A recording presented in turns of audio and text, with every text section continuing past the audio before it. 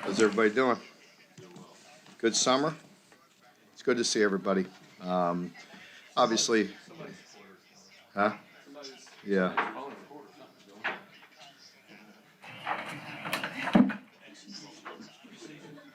Where's Lonnie?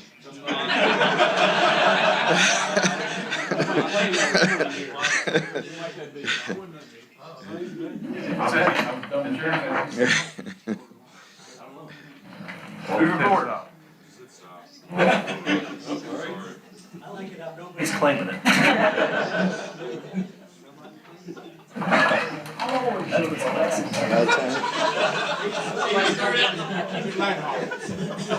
Whoever that was, we'll give you the audio. Go ahead, Tony. Did you want to say something? All right, yeah, just welcome everybody to Media Day. I appreciate everybody being here, of course. Coach Mark Stoops entering his 11th season at Kentucky, obviously well established the school record for length, and he's now become one of the top 10 longest tenured coaches in FBS college football. And also will be looking to add to his school record total of 66 wins this season. And at this point, we will turn it over to Coach. Thank you, Tony. Thanks for being here. Appreciate all you guys, what you do, the stories that you write, the time that you invest. I see a lot of you, not only here, but I see you on the news or in the paper or on Twitter, but covering a lot of events, not just football, but all of our student athletes. And you work exceptionally hard, and I've gotten to know quite a few of you through the years. It's been a long time. So thanks for what you do and the coverage, and I think always being fair. So appreciate that. But excited about this team going into year 11. It's hard to believe. Joked about it before. Sometimes it feels like an eternity, and sometimes it feels like a blink of an eye. So it's been a journey, to say the least.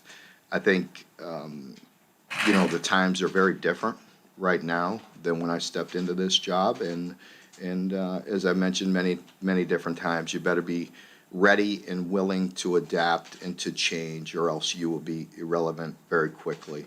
So we're trying to keep up with those times. It's evident by our roster. You heard me say a million times, and even went over this with our team a bit yesterday, but in the first 10 years, you constantly heard me talk about build the winning culture, select the right teammates, constantly developing them.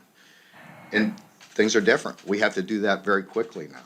You look at the roster turnover, and there's not 100 guys in that room that have been there for years and have heard me talk and heard us build that culture. It's different. We have to do it very quickly. We have to adapt. We have to build this team. I feel like we have a very good football team, but we have to come together and be united and be a team very quickly. I think even between last year and right now, I learned different things, and just the approach has got to be different. Last year was the first time, the transfer portal NIL that's been involved for a few years now, but I think last year was the first year that it just kind of hit us like right in the face of what you're dealing with and the change. And I'm not saying good, bad, or indifferent. It's just different. And so we're adapting. We're approaching it in some ways differently. Don't ask me how. I mean, that's internal. But there's just things that I need to have a different approach and take a different approach. But I like the way this team has worked. They've been very good this offseason, very solid winter. Great, our fourth quarter drills, things we do in the winter. Guys worked extremely hard. This summer, it's been relatively quiet, and the guys have worked. And camp is off to a good start. So things are in place. I think, the questions that you're going to ask me, I think maybe some of the weaknesses that we had a year ago are being addressed. They were addressed in the offseason by personnel. They're being addressed by scheme, making sure we're doing our part as coaches to put players in a position to be successful. And hopefully we're, through the course of this next 4 weeks, we're going to improve in a lot of areas. But it's fun. It's a great group, and we're attacking every day. And the approach may be different than 10, 11 years ago, but the enthusiasm is still the same. I feel really good about this coaching staff.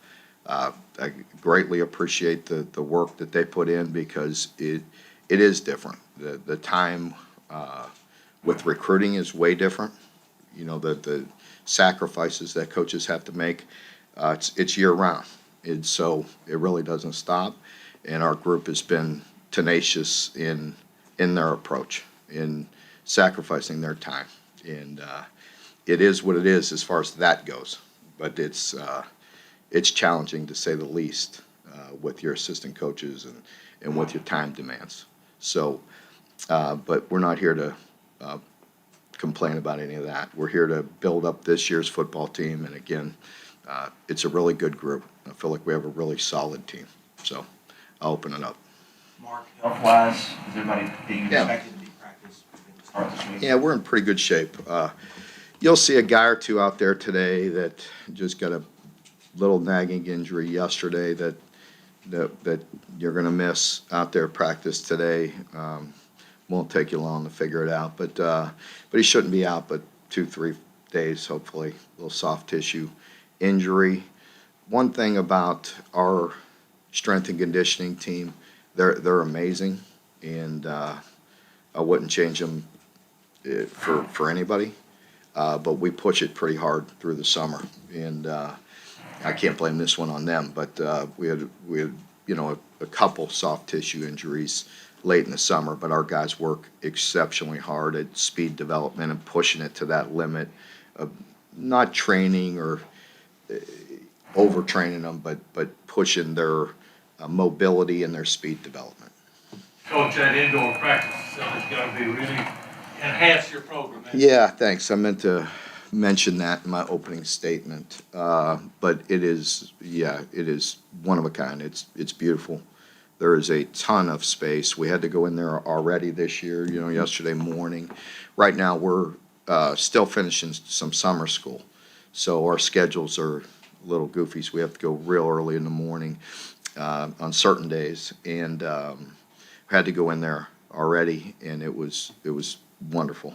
I mean, there's just a ton of space, and just the fact that our quarterbacks and receivers can catch balls on the sidelines and not worry about the track, and the D line and O line could get all the way off the field. There's a lot of square footage in there, and it's a first class facility. So, thank you to all the people involved, and it's an honor to have Karen and Rich Brooks' name on that field. And it puts a smile on my face when I saw that yesterday going out there, and so it's a wonderful facility, and thank you. Is this the first time you've been in this Team, week? as the team, yes. Mark, can you talk about the schedule and also just the fan excitement with the number of tickets that have already been sold? Well, can't thank the fans enough. Again, it's redundant. I say it a million times, but it's so true. We can't do this without the fan experience. That's a big part of playing in the SEC, and coming into an environment and coming into Kroger Field and feeling that electricity, feeling that energy. It's something else. And so thank you. We need everybody there. We need them loud, and it helps. It helps recruit, helps our players. Helps us. It makes a difference in games, as you've seen through the years. So very excited about the season ticket sales and the excitement on this football team. And the schedule is awesome. I'm worried about Ball State. So I'm not getting out over my skis, but I'm worried about, really, I'm not even worried about them right now. I'm worried about us. We have a lot of work to do. But it is going to be, as always, a fun, entertaining schedule. Mark, you mentioned the roster turnover, cornerback and tackle in particular. I know it's only 2 practices, but what have you just seen? What do you notice about those offensive tackles there? Yeah, I think, much needed. I mean, there's no denying that we need. I'm not taking your question, by the way. You caught me there. No, those guys have done a good job. Depth, we needed the depth. We needed the length. We needed, some bodies. And I think it was 5 offensive linemen in general. And and the tackles were much needed. Playing good. Coach, you talked about changing scheme, scheming around things. Is there any specific players that I know it's a couple days in, you're thinking the scheme may help a little more, their style? No, I don't want to get into that. We'll see. I think if there's any one position where we're down a little bit in numbers right now, it's wide out. I think you all know the skill that we have there and some of the talent we haven't had in a while. So we have some really good players there. But with that, opens up the opportunity for others to leave, and it kind of hurts your depth a little bit. So we got to watch that position a little. Mark, you mentioned the coaching staff. Obviously, Liam, we've talked a lot about it. Soon we're not going to talk about it and just see it. But how crucial is it to just have him back? And what are you seeing out of the system, the players, having him running the offense? Yeah, there's no question the comfort level with bringing Liam back is there. I mean, it's evident, it's obvious in our building and with our players, and because he knows so many of them.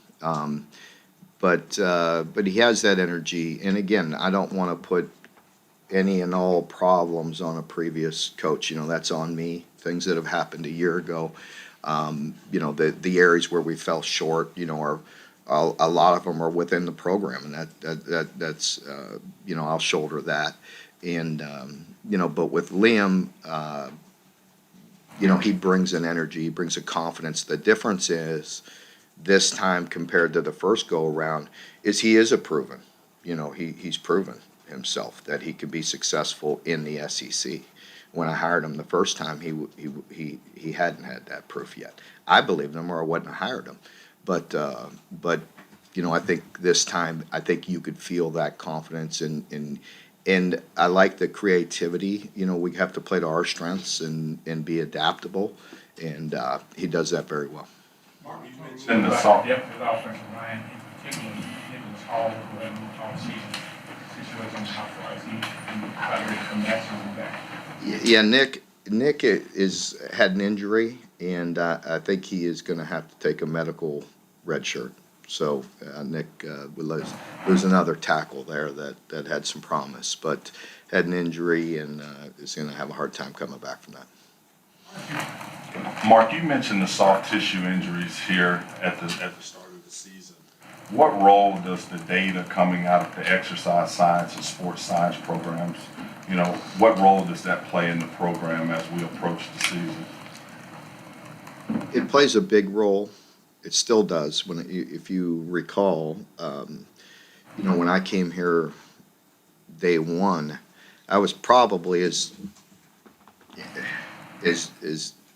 whatever you want to say, is up to my neck or as knee deep in sports science as anybody in the country at that time. Anybody, any pro team, anybody, because of who I brought with me and where we started with that. What we found over the years is what is very useful and what's not, and then there's still that human element. It's still like who can handle certain training, who could be pushed to that limit. And I'm not talking about the type of training that we all worry about as far as like heat exhaustion or, you know what I mean? So don't misquote me on that. I'm talking about speed training and mobility training and things of that nature, really testing, and pushing their speed. Not running so many times that they're gasping for air. You know what I mean? Our guys are in shape. We don't have to worry about that. And I love our strength and conditioning team. So the sports science is very important. I still look at it in particular as I talk about certain guys where I'm thin. You know what I mean? And so we monitor that. I monitor it daily on their loads, on their speeds, and to see how much they're training and make sure we don't overtrain them. But that's also team wide. But there's also a gut instinct that you have to go with too. And so if you ask Coach Edmond and Mark Hill, they're going to listen to their gut. You know what I mean? And they're going to do what they do. To some extent, of course, they take it. But so it gets rather complex there. It's a hard question to answer. We look at it all. I look at it all, certainly through training camp and as I look at speeds and things as we want to ramp up. So my approach is always gearing up, pushing them extremely hard, and then getting ready for the season. so that's a very, very simple version of it, but in general here. But I don't know if I answered your question or not. Mark on Nick Paul, is he out for the season or? He's yeah, I mean, I may be premature on that. Still in process. I'm in the Evaluating, process. still I'm in in, I'm, process. I'm in the process. Yeah. How long is, Could be either or. Mark, Ben Sorry. Chrisman, is that a guy you all like at guard specifically, or would you rather see him at Guard. tackle? Guard. Mark, how Far in camp, can you get a grasp on how improved you are up front on the offensive line? Yeah, I think it'll take a little time. I know we're improved. To our standard, I don't know. Mark, as far as Devin Leary is concerned, from a leadership standpoint, how has he transitioned and kind of taken that role here? Devin is a very natural leader. He doesn't overdo it. He still wants to work and take care of his own backyard and ultimately, finding his voice and finding that leadership role to whatever level it goes to. It'll happen authentically in time. First game, talking about heat and so forth, the noon game, September 2nd.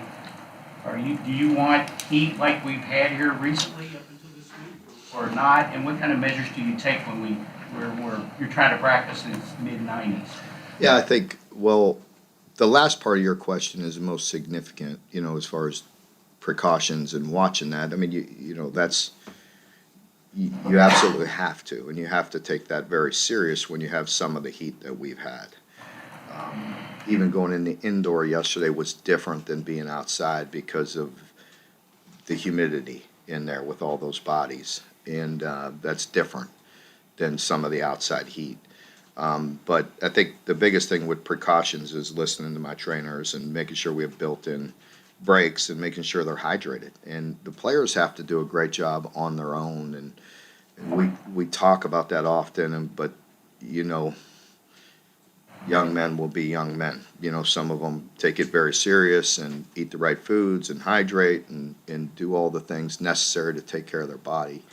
And some maybe don't do it as good as they should. So we constantly educate them on that and want them, at their peak. And there's going to be times when it gets tough through training camp. Now, training camp's not what it used to be. I mean, there's no two-a-days. There's no, we used to have them all day. And that's not the case. And so we got to make sure they're in shape, and we do it safely is the most important thing, John. But as far as what I wish for, my answer already, don't you? It is what it is. Whatever, man. Bring it on.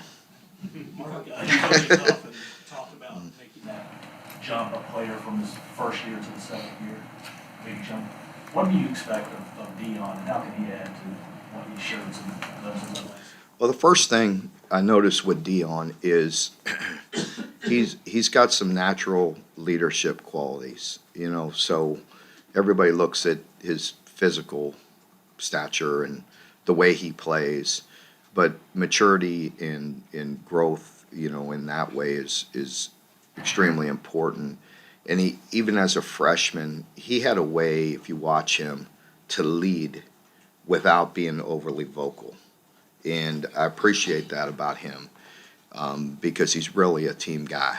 And in this second season, I'm seeing that a little more vocal, and I'm seeing him, lead and be comfortable doing it. And on the field, I think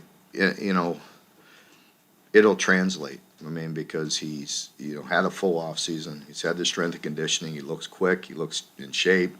And we'll keep on working, but I expect big things out of him. Mark, how much do you think the new clock will change coaching strategy? I don't think much. I don't think much at all.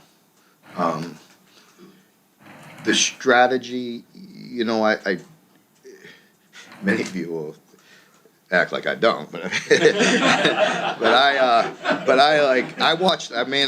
I try to manage that very well. Back when we were a ground and pound and had to, that was very much on my mind throughout games, time management and watching the clock and, what our strengths were, and what what we could do to win football games. And so I think overall it won't change the game much. And the strategy of it to be determined. You know what I mean? As far as like when and diving into the weeds on that, that'll still be a game to game management deal, time management deal. The theory here is that, like, you're behind, maybe you need to become aggressive earlier because it'll be easier to run out the clock. It could be. It just depends on how fast you go. You know, like, and you know, we've worked on ourselves of being more efficient. We're pro style, but to be more efficient of not taking so much time. And that issue, what you're talking about, that did bother me last year as well, of not being able to have some tempo and not just a 2-minute drill. You know, when you're behind and you need to pick it up. So that's being addressed just internally without the issue. Folks, thank you very much. We're gonna get to our next coach. Go ahead. Hayden, been back in the conversation Yeah. unfortunately. How do the coaches monitor that, and how do you monitor those type of things, such as hazing? Well, hazing is not permissible, period. You use the word hazing. You know, so that's 100% not permitted within our program. There's probably different definitions on that, right? But I've always been that way because I just believe, you know, players are different. I've always prided myself on relationships with players. People come from all different areas, all different backgrounds. The comfort, you know, how comfortable they are within the situation. I just believe in taking care of young people, and I'm not alluding to any other situation because I have a lot of, you know, respect for the person who's going through that. You know what I mean? And so, but with us, it's to my knowledge never been an issue, and I know going forward it never will be because it won't be tolerated. Okay, folks, Thank you. Coach in here,